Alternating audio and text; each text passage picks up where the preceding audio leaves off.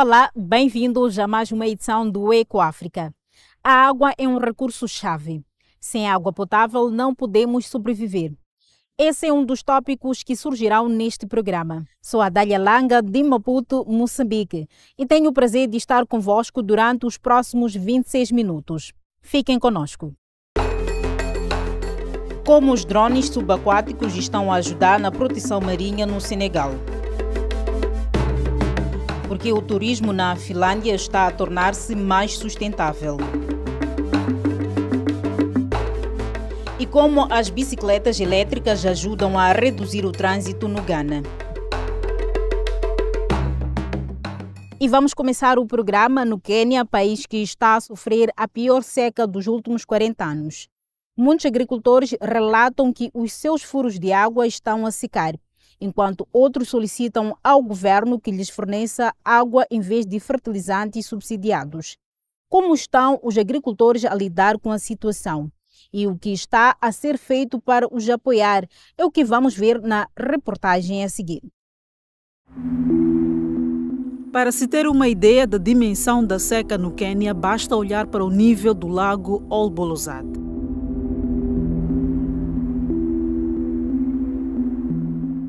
Cientistas do clima alertam que a situação pode piorar ainda mais.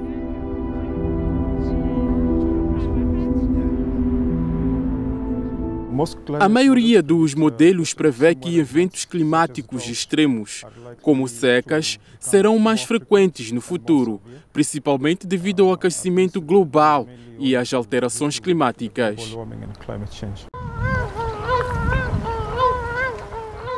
Estas imagens de junho de 2019 mostram o lago pouco depois da época das chuvas. Um habitat importante para animais como o hipopótamo. A seca também é um problema para as pessoas que vivem na região. Muitos agricultores temem pelo seu sustento. A persistente onda de calor provoca incêndios em todo o país. De facto, é muito mau. Há vários anos que não chove. Tivemos várias quebras nas colheitas. As plantações não estão a desenvolver-se. Estamos mesmo à espera da chuva.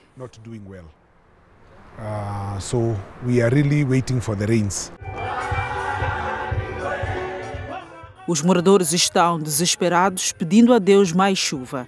Entre eles estão também o presidente do país e a primeira-dama. Depois de rezarmos, as nuvens começam a formar-se e é sinal de que a chuva está a chegar. A progressiva seca do lago Olbolosat é um problema causado pelo homem. Ambientalistas dizem que muito solo foi parar ao lago na sequência do desmatamento e de construções, além da retirada de água subterrânea. Parte da água deste lago vem destas montanhas onde há muita água subterrânea, mas não existe qualquer controle ou regra para a obtenção da água.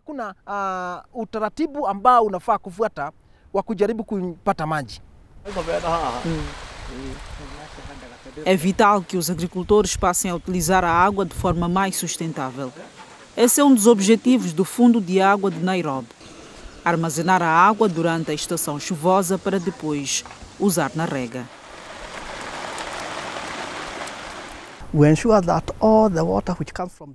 O objetivo é conservar a água que vem do telhado ou das caleiras. Queremos mostrar aos agricultores como pavimentar as terras, recomendando que sejam também estabilizados, por exemplo, com relva, para que se possa capturar toda a água que, de outra forma, correria para os rios.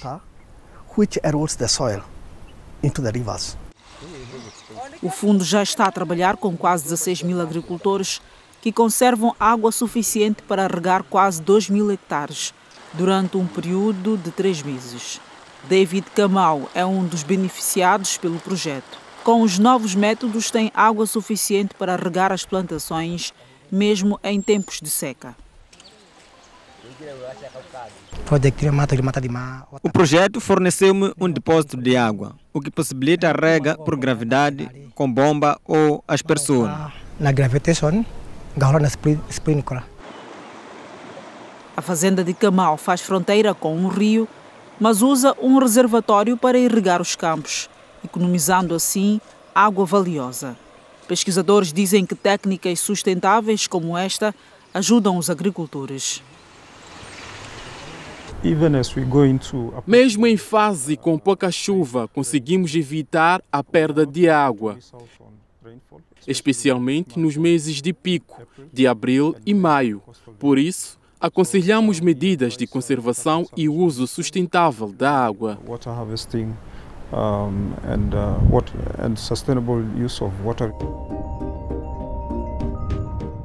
A ameaça ao lago só vai piorar se as atividades humanas não mudarem. Um uso mais sustentável da água pode ajudar a evitar que o lago seque.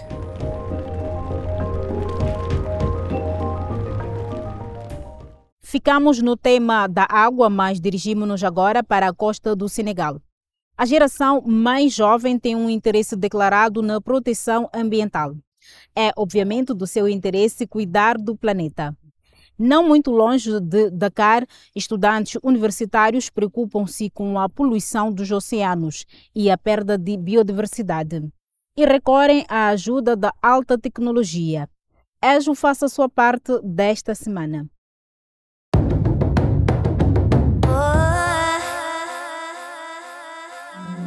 A costa do Senegal tem mais de 700 quilômetros. Cerca de 600 mil pessoas ganham a vida na pesca. Mas a vida marinha está ameaçada devido à pesca excessiva. Para melhorar a conservação, os investigadores precisam de saber mais sobre a quantidade de peixes. Um novo projeto da Universidade Americana de Dakar quer ajudar. Criamos uma equipe que usa drones subaquáticos. São drones que se deslocam debaixo de água, ao contrário dos aéreos. Estão equipados com câmeras para filmar debaixo de água. Gravamos vídeos de enxames de várias espécies de peixes nas lagoas, bem como no mar e nas profundidades. Os drones desenvolvidos pelos estudantes tornaram as tarefas mais simples. Os cientistas costumavam capturar os peixes antes de os estudar, mas com a nova tecnologia, isso tornou-se desnecessário. Uma vez obtidos os dados, usamos algoritmos ou softwares diferentes para classificar diferentes peixes, sem ter que tirá-los da água. Na Reserva Natural de Somone, os alunos realizam regularmente testes com os drones. Os dados obtidos servem para proteger as espécies ameaçadas. Gostou da ideia? Conte-nos se também está a fazer a sua parte. Visite a nossa página dw.com/português e siga a hashtag DoingYourBit. Faça a sua parte. Nós partilhamos as suas histórias. Viver de forma ecológica, mantendo limpo o meio ambiente. Poderá ser essa a chave para a felicidade? De acordo com o relatório da Felicidade Mundial, patrocinado pela ONU, a Finlândia é o país mais feliz e também tem uma pontuação alta nos rankings de desenvolvimento sustentável. E eu gostaria de saber se há alguma ligação entre os dois pontos referidos. Portanto, vamos inspirar-nos com uma viagem a este país maravilhoso no norte da Europa, para descobrir como a sustentabilidade pode ser incorporada no setor do turismo.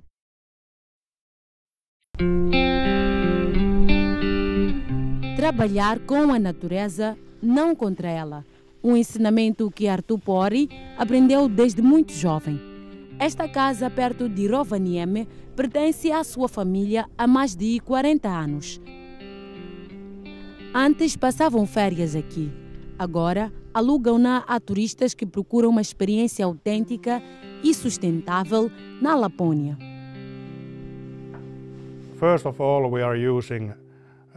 Antes de mais, usamos energia sustentável.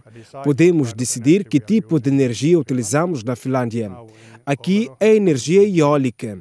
Tudo o que vê aqui é reciclado, pensando em função da sustentabilidade, e em todas as atividades que oferecemos não há motores. Os nossos hóspedes podem ir ver as pegadas de animais, pescar no gelo, nadar.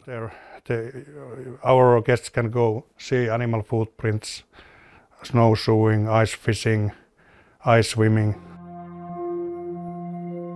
Fenômenos naturais espetaculares, como a aurora boreal no Círculo Polar Ártico, atraem visitantes de todo o mundo à Lapônia. A indústria do turismo da região registra até 3 milhões de dormidas por ano. Para isso, é essencial manter as paisagens intactas.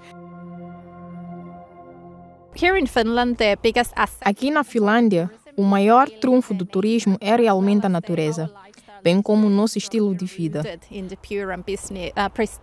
Portanto, as empresas apostam na sustentabilidade para garantir a longevidade do negócio.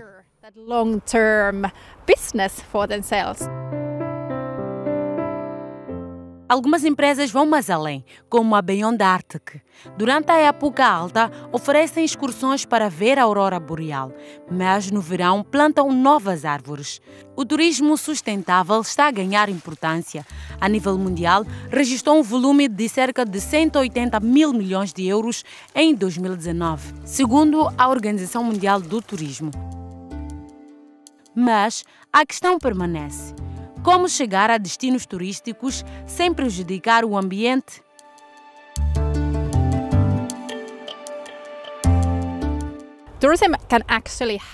O turismo pode ter um impacto positivo no ambiente. Por exemplo, temos casos em que o turismo conseguiu proteger o ambiente, transformando-o num parque nacional. Mas de fato é a aviação e o transporte em geral que criam desequilíbrio. Ainda há muito a fazer para tornar o turismo verdadeiramente sustentável, mas, com o Lodge ecológico, esta família começou bem e está convencida de que esse é o caminho. Uau, magnífico! Adoraria um dia viajar à Finlândia, mas pode ser um destino demasiado frio para mim. De volta à África, agora onde nos dirigimos para a verdadeira selva, que é a capital ganesa de Accra. As enormes filas de carros estão a forçar os ganeses a encontrar novos meios de transporte. E algumas das soluções encontradas pelos ganeses revelam, de fato, muita imaginação.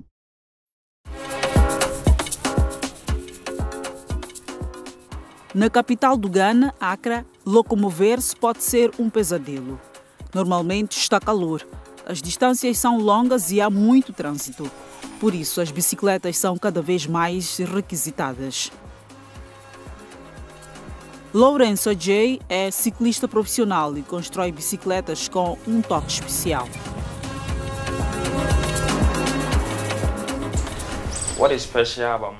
O que há de especial nas minhas bicicletas é que uso baterias de computadores portáteis, recicladas e compro peças de qualidade. São muito resistentes. Quando tinha 11 anos, vi pessoas a andar de trotinetes elétricas em videoclipes e quis criar uma para mim. A partir daí, fui progredindo até criar esta bicicleta. Then I was progressing to make this e-bike. O jovem de 26 anos é autodidata e vê tutoriais no YouTube quase todos os dias. Lawrence encomenda as peças pela internet. Já Russell Mensah vende bicicletas elétricas da China, mas tem dado alguns problemas. The battery that came with it initially weren't that durable. Inicialmente, a bateria não era tão durável. Então tivemos muitas reclamações dos clientes. Russell vende cerca de 8 bicicletas por mês, mas o preço é alto, varia entre 300 e 1.100 euros.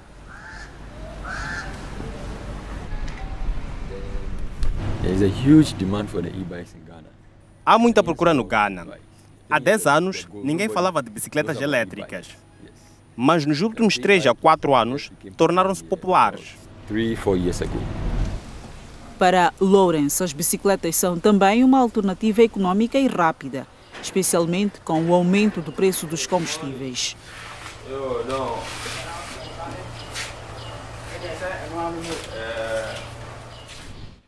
Comprei uma bicicleta porque a distância que faço para o trabalho é longa. Achava que precisava de uma moto, mas depois contei a minha situação a Lawrence e ele ajudou-me. Dependendo da bateria, uma bicicleta personalizada custa entre 600 a 860 euros. Até agora, Lawrence vendeu 7, mas quer impulsionar ainda mais o seu negócio.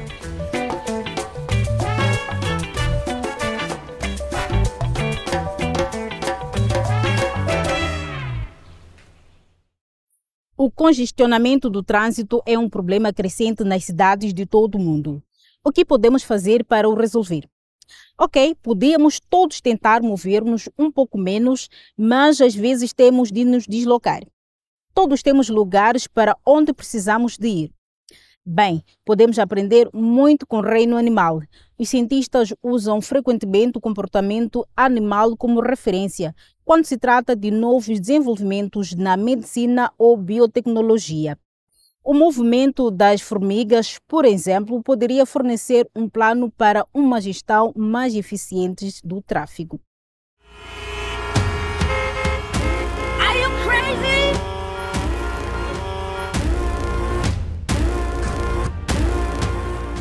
Muito trânsito, ânimos exaltados. Nas autoestradas também há muito movimento, mas flui muito melhor. O congestionamento nas estradas já faz parte do dia a dia das pessoas.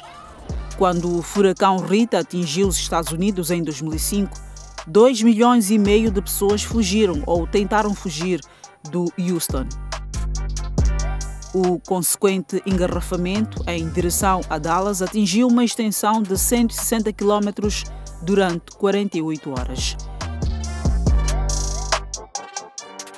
E em 2014, na altura do Campeonato do Mundo de Futebol no Brasil, as estradas em São Paulo também ficaram bloqueadas.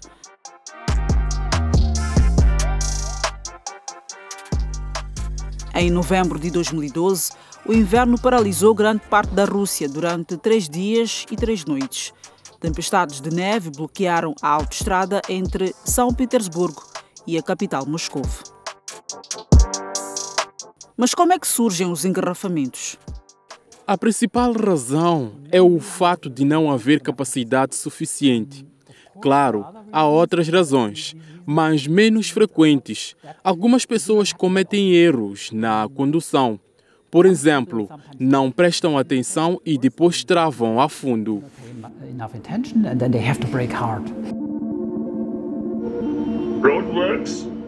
Obras nas estradas, acidentes e condições climatéricas adversas, mas maior parte, 60% a 70%, dependendo da região, deve-se à sobrelotação nas estradas. Demasiados carros ao mesmo tempo, na mesma direção. É assim em quase todo o mundo.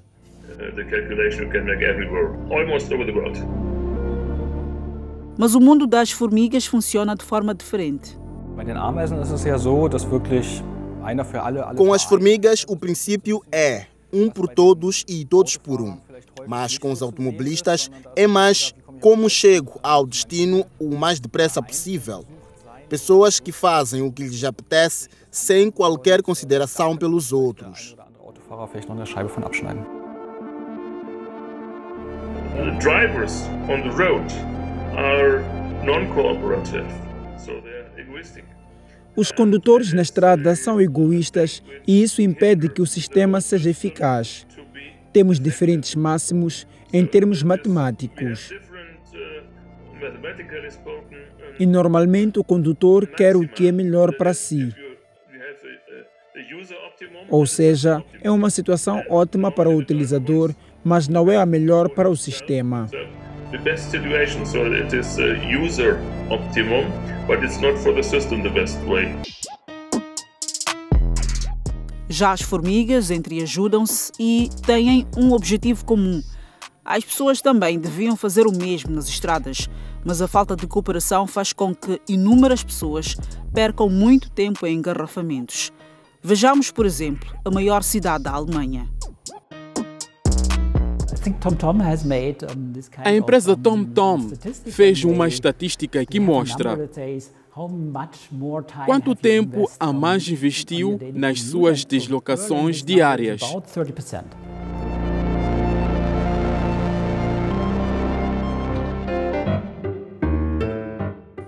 Noutras cidades é muito pior.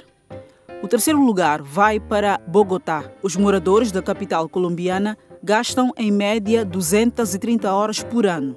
São quase 10 dias inteiros.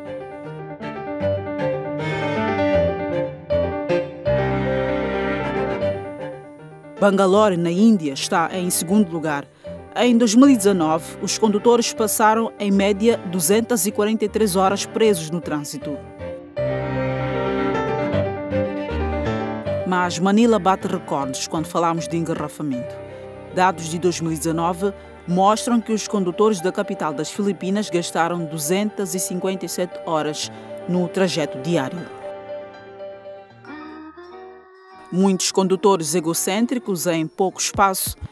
Já as formigas sempre em movimento, nunca se atropelam. Como é possível?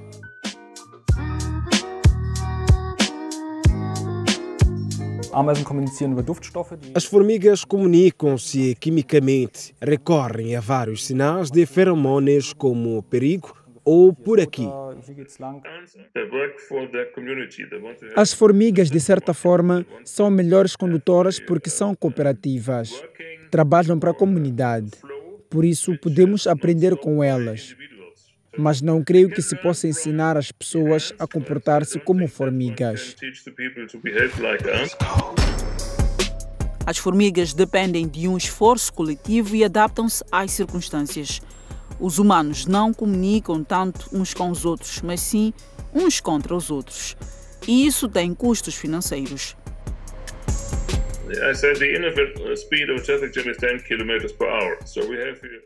A velocidade do engarrafamento é de 10 km por hora. Se tivermos um engarrafamento de 4 km, 3 horas e 2 faixas, só se pode conduzir a 10 em vez de 80 km. Depois podemos calcular o tempo perdido por todos os condutores e chegar a uma soma entre 50 mil e 100 mil euros. Um engarrafamento. E calculando para toda a Alemanha, por exemplo, temos uma média de 80 mil milhões de euros que perdemos por estarmos parados no trânsito.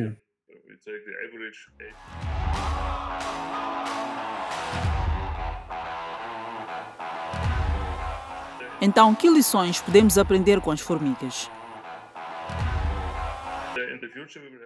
No futuro, teremos sistemas capazes de copiar o comportamento das formigas. E a esperança é termos um sistema de tráfego funcional com uma capacidade muito superior à atual.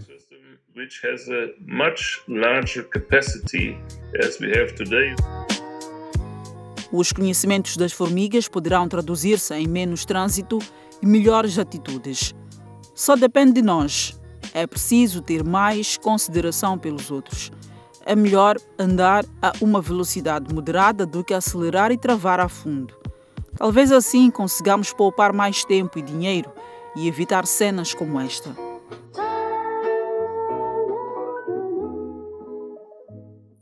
Que ideia inspiradora! É tudo por hoje.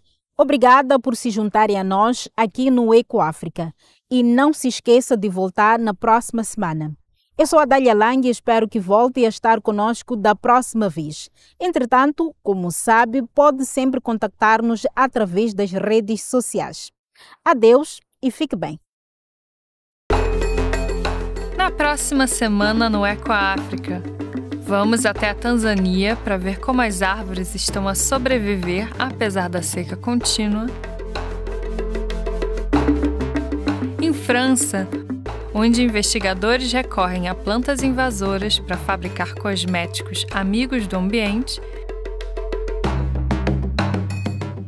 E vamos ainda até o Lago Turkana, no Quênia, onde pescadores lutam para preservar o seu modo de vida. Não perca!